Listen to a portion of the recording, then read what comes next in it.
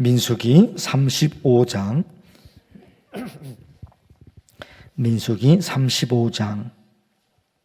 22절에서 마지막까지 22절부터 악의가 없이 우연히 사람을 밀치거나 기회를 엿봄이 없이 무엇을 던지거나 보지 못하고 사람을 죽일 만한 돌을 던져서 죽였을 때에 이는 악의도 없고 헤아려 한 것도 아닌즉 회중이 친자와 피를 보복하는 자 간에 이 규례대로 판결하여 피를 보복하는 자의 손에서 살인자를 건져내어 그가 피했던 도피성으로 돌려보낼 것이요 그는 거룩한 기름 부음을 받은 대제사장이 죽기까지 거기 거주할 것이니라.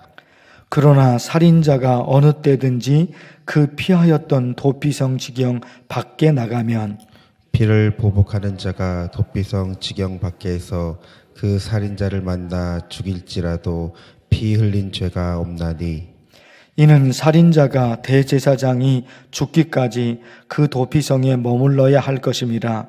대제사장이 죽은 후에는 그 살인자가 자기 소유의 땅으로 돌아갈 수 있느니라. 이는 너희의 대대로 거주하는 곳에서 판결하는 규례라. 사람을 죽인 모든 자, 곧 살인한 자는 증인들의 말을 따라서 죽일 것이나 한 증인의 증거만 따라서 죽이지 말 것이요. 고의로 살인죄를 범한 살인자는 생명의 속전을 받지 말고 반드시 죽일 것이며 또 도피성에 피한 자는 대제사장이 죽기 전에는 속전을 받고 그의 땅으로 돌아가 거주하게 하지 말 것이니라. 너희는 너희가 거주하는 땅을 더럽히지 말라. 피는 땅을 더럽히나니 피 흘림을 받은 땅은 그 피를 흘리게 한 자의 피가 아니면 속함을 받을 수 없느니라. 함께 읽겠습니다.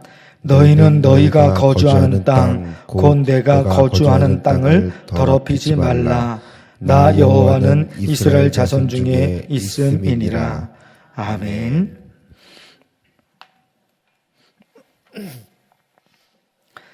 31절에 보시면요.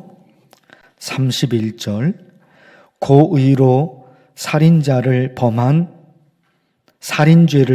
살인자는 생명의 속전을 받지 말고 반드시 죽일 것이며 사람을 죽였는데 의도적으로 사람을 죽였어요. 처음부터 악한 마음을 먹고 저놈을 죽여야 되겠다. 처음부터 악한 마음을 먹었어요. 그래서 사람을 죽였습니다. 그럴 경우에는 용서받을 길이 없어요. 사람을 죽였으니까 그 사람도 죽임을 당해야 됩니다. 사형시켜야 되는 겁니다. 처음부터 악한 마음으로 사람을 죽이겠다. 그래서 죽인 거예요. 용서받을 길이 없어요. 사람을 죽였으니까 그 사람도 사형시켜라. 이 31절의 말씀이에요. 지금은 사형제도를 폐지한 나라가 많죠. 지금은 사형제도를 폐지한 나라가. 우리나라에는 사형제도가 있어요. 그러나 자료를 찾아보니까 1997년 12월 30일, 오래됐죠? 1997년 12월 30일. 그때 23명의 사형수에 대한 집행을 마지막으로 했다는 겁니다. 1997년 12월 30일에 23명을 사형을 시켰어요.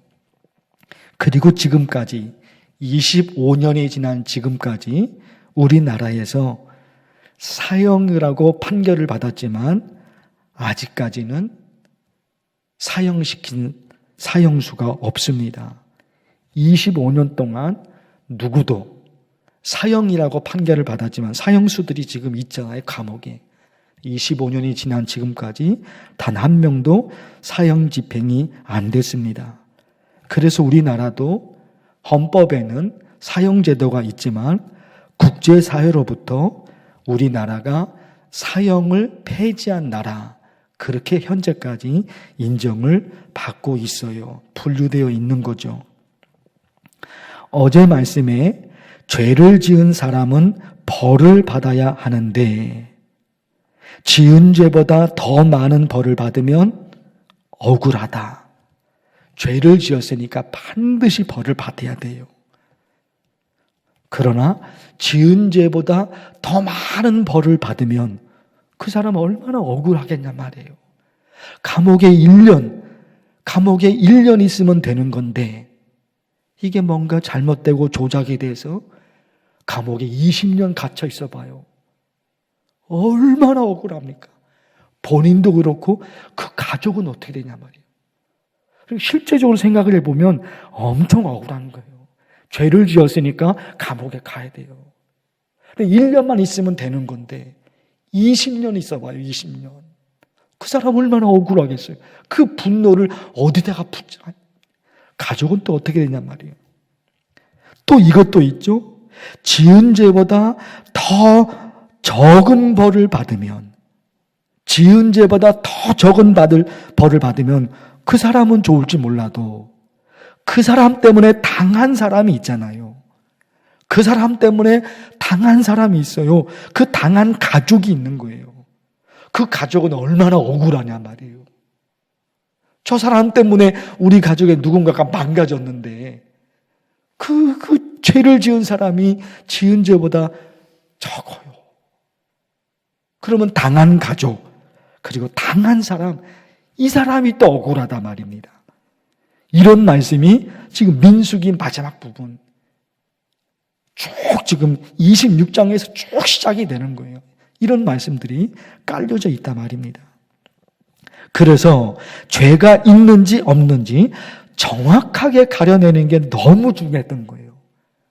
억울한 사람이 이쪽에도 억울하면 안 되고 또 이쪽에도 억울하면 안 되는 거예요. 그러다 보니까 죄가 있는지 없는지 정확하게 찾아내는 게 너무너무 중요했던 거예요. 너무너무. 그리고 죄가 있으면 이 사람은 이 정도 죄니까 이 정도 벌을, 이런 게 이렇게 정확하게 가려내는 게 중요했죠. 지금은 살인사건이나 교통사고를 조사할 때 과학수사팀이 있어요. 그러니까 말할 것 없는 거예요. 과학수사팀이 있기 때문에 혈흔도 찾아내고 발자국도 찾아내고 부서진 조각도 찾아내고 DNA도 검사하고 거의 정확하게 나오죠. 그리고 우리나라는 전국 곳곳에 CCTV가 없는 것이 없어요. 그러니까 어디로 도망갈 수가 없어요. 다 찾아내거든요. 그러나 옛날에는 어떠냐면, 옛날에는 지금 민수기 말씀을 읽고 있는데 이때는 어떠냐 말이에요. 과학수사가 없잖아. 안 되잖아요. 그러니까 그때 이 성경시대 이때는 정말 중요한 게 증인이었던 거예요. 증인. 과학수사가 안 되니까 증인이에요. 증인. 내가 봤다. 저 사람이 언제 어디서 어떤 일을 저질렀다. 내가 봤다. 증인이 이 성경시대 때는 가장 중요했던 거예요. 증인이.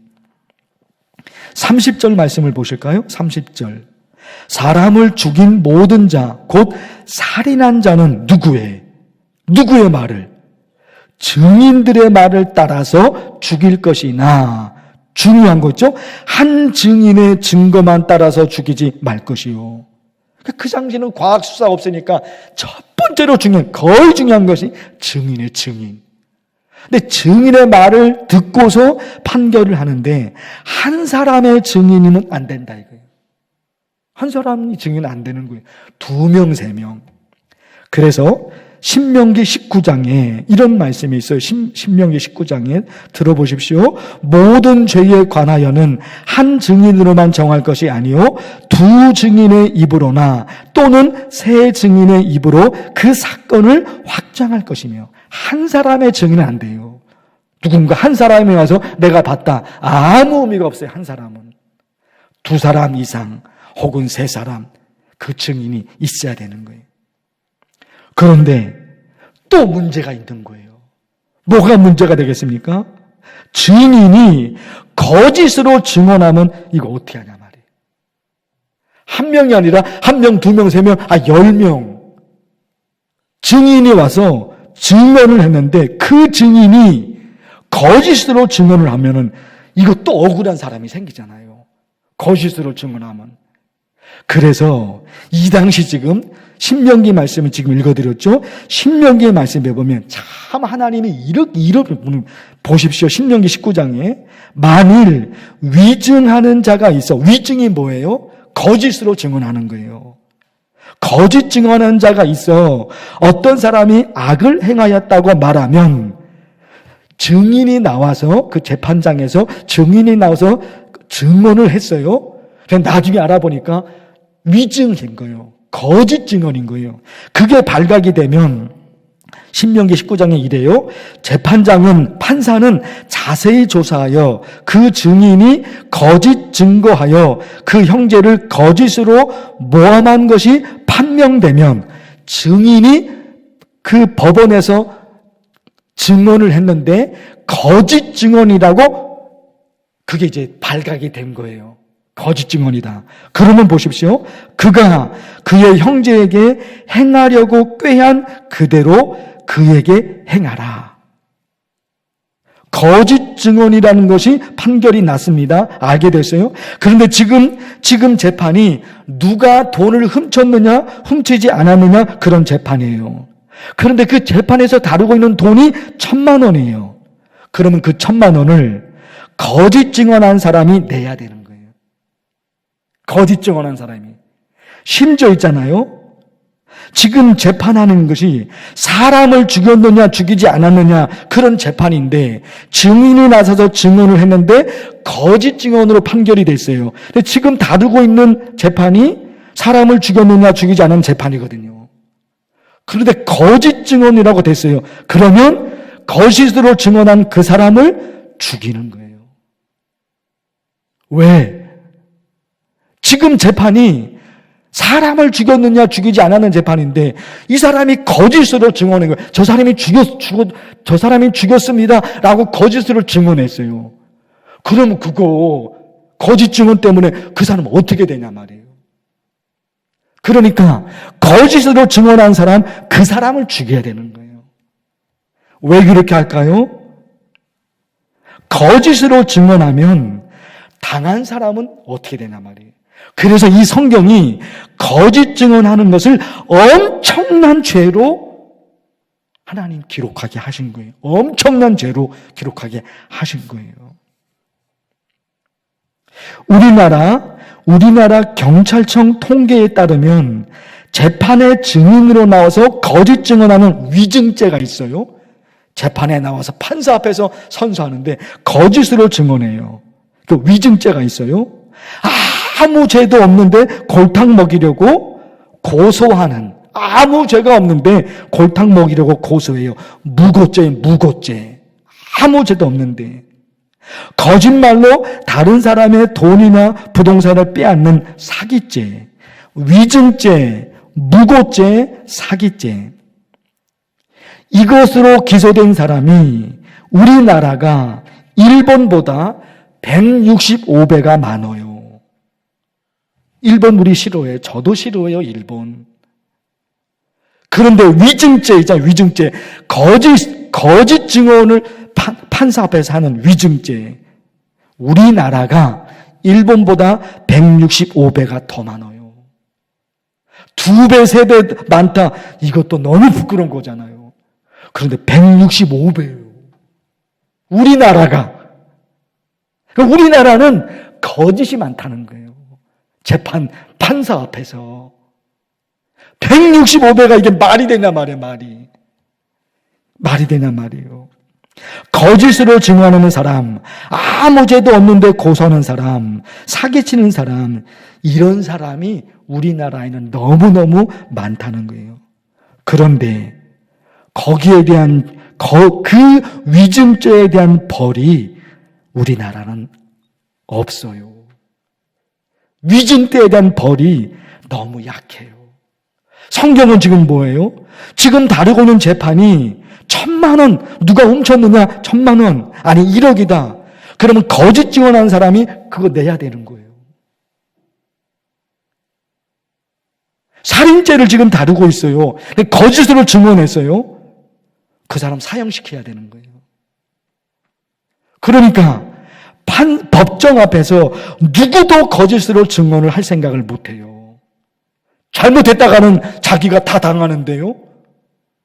근데 우리는 지금 위증죄에 대한 것이 거의 없단 말입니다. 거의 안 된단 말입니다. 165배가 많다니까요. 일본보다.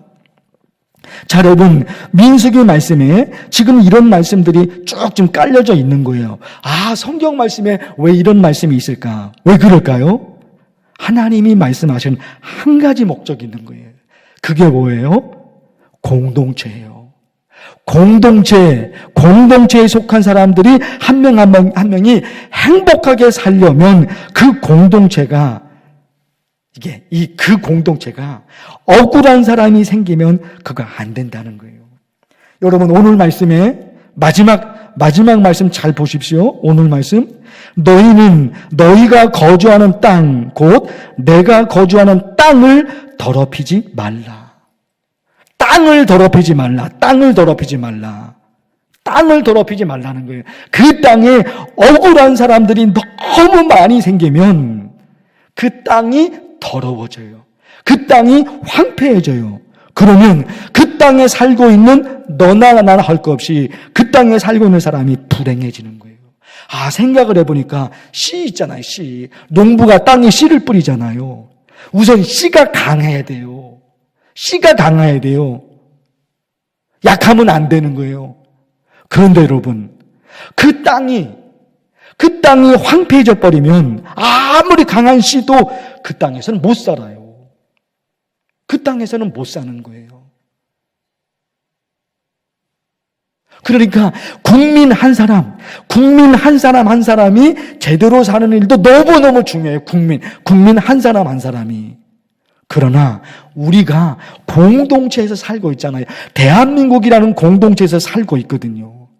대한민국이라는 이 땅이 황폐해져 버리면 나 하나가 아무리 밟아놓을 쳐도 안 돼요. 공동체란 말이에요. 공동체. 그래서 성경은 줄기차게 한 사람도 강조하고 있지만 그 공동체를 어떤 공동체로 만들어야 하느냐, 하나님의 또 다른 관심이에요. 이 두 가지가 있는 거예요.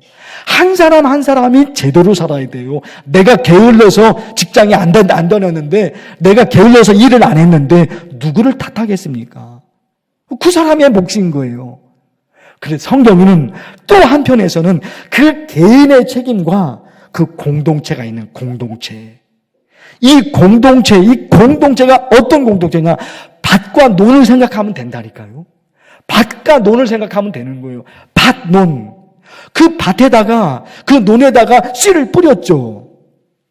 그 씨의 미래는 그 씨가 감당해야 되는 거예요. 그러나 아니잖아요. 그 밭이, 그 땅이 어떤 땅이냐, 이것도 씨에게는 너무너무 중요하잖아요. 그래서 하나님은 성경을 통해서 개인 한 사람에 대해서 하나님의 메시지를 주십니다. 그리고 동시에 국가라는 공동체에 메시지를 주시는 거예요. 국가라는 공동체에. 왜? 그 국가라는 그 땅이 황폐한 땅이 되어버리면 한 사람이 어려운 거예요. 우리 또 말씀이 이렇게 길어지게 되었습니다. 여러분 간절히 기도할 내용인데요. 내일은 민수기 전체 말씀을 요약을 하겠지만 어제 오늘 연결해서 지금 기도하는 게 딱 하나가 있어요. 억울한 사람이 생기면 안 돼요. 그 땅에. 이거 가지고 간절히 기도하면 좋겠습니다. 주의 이름을 부르며 간절히 기도합니다. 주여! 하나님 아버지, 하나님의 말씀을 들었습니다. 우리 한 사람이 열심히 살아갑니다. 누구를 탓하지 않고 내가 한 사람, 우리 대한민국 국민들 한 사람이 열심히 살아갑니다. 그러나 하나님 아버지, 대한민국이라는 우리나라 이 땅이 황폐해져 버리면 국민 한 사람이 열심히 살아간다 하더라도, 하나님 열심히 살아간다 하더라도 거기에 한계가 있습니다. 하나님 아버지 어쩌면 좋습니까? 그래서 하나님은 하나님의 말씀을 통해서 한 사람 한 사람이 어떻게 살아야 되는지를 말씀해 주십니다. 그리고 그 공동체에 속한 사람들이 그 공동체를 어떤 공동체로 만들어야 되는지 하나님이 계속해서 말씀하고 계십니다. 이스라엘 백성들이 가나안 땅에 민수기 말씀에서 이제 들어가게 됩니다. 가나안 땅에 들어가서 이제 살게 되는데 그때 그 가나안 땅, 하나님이 허락하신 그 가나안 땅은 어떤 땅으로 만들어야 되느냐, 하나님이 하나씩 다 말씀해 주십니다. 국민 한 사람은 이렇게 살아야 되고 그 땅의 공동체는 이런 공동체로 만들어야 된다. 그 땅에는 억울한 사람이 생기면 안 된다. 절대로 그 땅에는 그 공동체는 억울한 사람이 생기면 안 된다. 하나님께서 말씀해 주십니다. 억울한 사람이 생기지 않도록 이것도 말씀하시고 저것도 말씀하시고 이렇게 자세하게 하나님이 민수기 말씀을 통해서 우리에게 알려주십니다. 하나님 아버지, 대한민국을 위한 이 공동체도 우리 국민 한 사람 한 사람이 열심히 살아갈 것입니다. 그런 하나님, 대한민국이라는 이 땅이 황폐해지면 거기에 살고 있는 우리가, 거기에서 살고 있는 우리 국민들이 한 사람 한 사람이 힘들고 어려워집니다. 하나님 아버지, 그렇죠. 땅에 떨어진 씨 얼마나 좋습니까? 그런데 그 땅이 어떤 땅이냐? 대한민국, 우리나라, 한반도 우리나라는 어떤 땅입니까? 어떤 공동체에서 우리는 지금 살아가고 있습니까? 하나님께 맡겨드립니다. 사람이 우리가 어떻게 할 수 있겠습니까? 우리나라 대한민국 어떻게 할 수 있겠습니까? 아무런 능력 아무것도 없습니다. 오직 하나님께만 매달립니다. 하나님 아버지, 민수기 말씀에 따라서 오늘도 하나님 간절히 기도합니다. 대한민국 우리나라에는 억울한 사람이 생기지 않도록 하나님께서 역사하여 주옵소서. 하나님 아버지, 그래서 국민 한 사람이 대한민국 이 땅에서 사는 것이 행복하고, 국민 한 사람 한 사람이 땀 흘려 열심히 노력하는 만큼, 열심히 일하는 만큼 열매를 거두며 정직하고 행복하고 국민이 행복하게 살 수 있는 이런 나라 하나님이 만들어 주옵소서. 하나님이 하시옵소서. 진흙이 토기장의 손에 있는 같이 너희가 내 손에 있느니라. 하나님의 말씀을 믿습니다. 대한민국 우리나라 이 공동체가 하나님 손에 맡겨져 있음을 믿습니다. 국민 한 사람 한 사람이 행복하게 살아갈 수 있도록 하나님이 도와주옵소서. 하나님이 역사해 주옵소서. 우리 성도들 오늘도 하나님의 은혜를 구하고, 오늘도 하나님의 축복을 향하여 우리의 기도가 응답되기를 바라면서 갖가지 수많은 기도의 제목을 하나님께 올려드립니다. 하나님이 해주셔야 됩니다. 하나님이 우리를 도와주셔야 됩니다. 하나님이 우리 부모님을, 하나님이 우리 자녀들을 도와주셔야 됩니다. 하나님이 우리 가족을 도와주셔야 됩니다. 하나님이 역사해 주시고, 우리 만나교회도 하나님 은혜 내려주옵소서. 만나교회 하나님이 세우신 공동체입니다. 우리 만나교회에서 신앙생활하는 모든 성도들이 하나님의 은혜를 받아들이며 하나님의 역사를 살아주시고, 타교회 다니고 있지만 우리 교회에서 새벽전화를 쌓는 성도들이 있습니다. 하나님 한 사람 한 사람 그 기도를, 간절한 기도를 다 들어